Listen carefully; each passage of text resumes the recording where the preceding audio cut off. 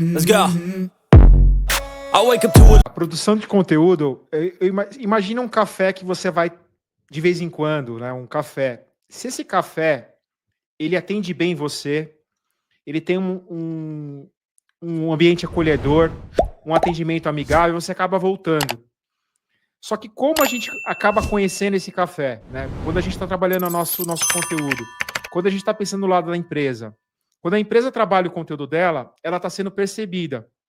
Então, num processo de decisão de compra, para quem que você vai optar? Pelaquela empresa que tem o valor e o serviço parecido com o mesmo preço.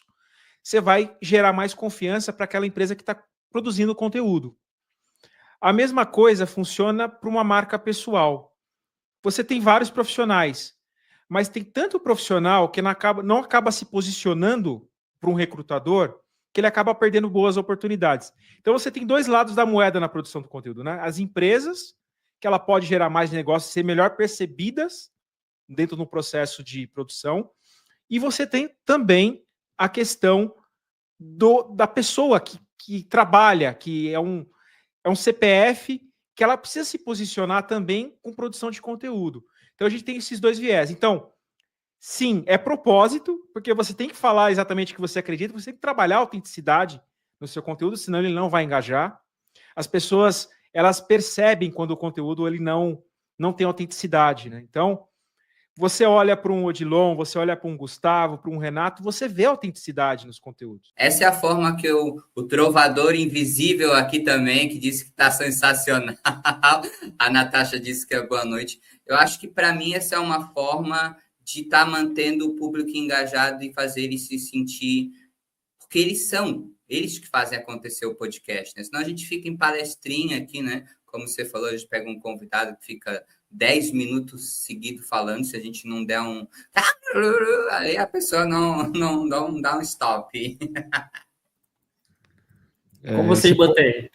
É esse ponto de você entender a tua audiência e conversar com ela, que é o pulo do gato aí. A gente é uma troca e o principal pessoa que precisa ser servida é o nosso ouvinte ou quem está assistindo.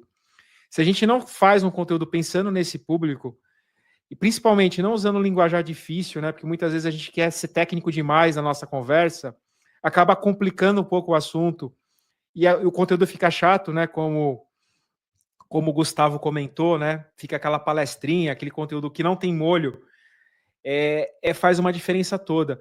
Até pegando um gancho do Gustavo, né?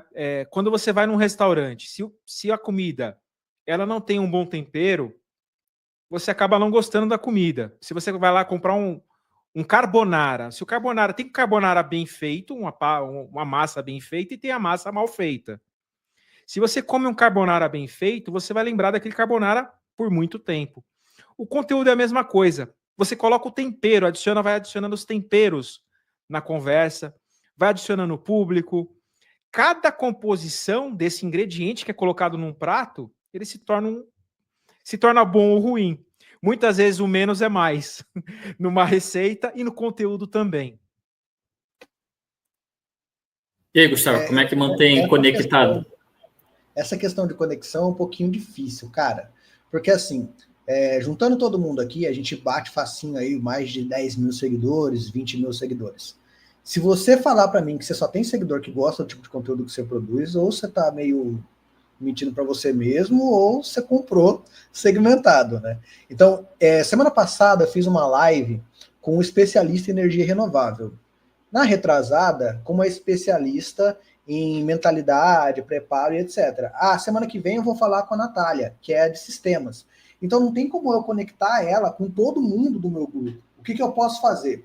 Eu posso fazer perguntas que o meu público faria. Né? O que um designer perguntaria para um especialista em energia renovável? Né? Como é que você vai fazer os... Não, é outro tipo de coisa. Né? Como é que é o marketing para você nas redes sociais? Então, assim, eu como host, né, que é um nome bonitinho, que a galera, eu sou o host desse podcast, né? Eu como host, eu tenho que fazer as perguntas que o meu público não pode fazer, senão eles vão embora. Então, para eu me conectar com o meu público é fácil. Para eu conectar o Renato com o meu público, nem tanto. Então, eu tenho que direcionar as perguntas para ele, levar ele. Se ele começar a falar muito assim, a entonação da voz, não sei o que ela fala, não, isso aqui não é do design, não é do marketing. Ô, Renato, quais são os gatilhos mentais que você usaria para tal coisa? Né? Então, eu acho que é assim, não dá para conectar com todo mundo, tá? Eu tenho tanto o designer que quer aprender sobre designer, quanto o cliente que quer contratar um designer, que está namorando comigo, que ainda não me chamou para fechar o contrato. Então, se eu falar muito de design, esse cara vai embora. Se eu falar muito de marketing... Let's go. I wake up to a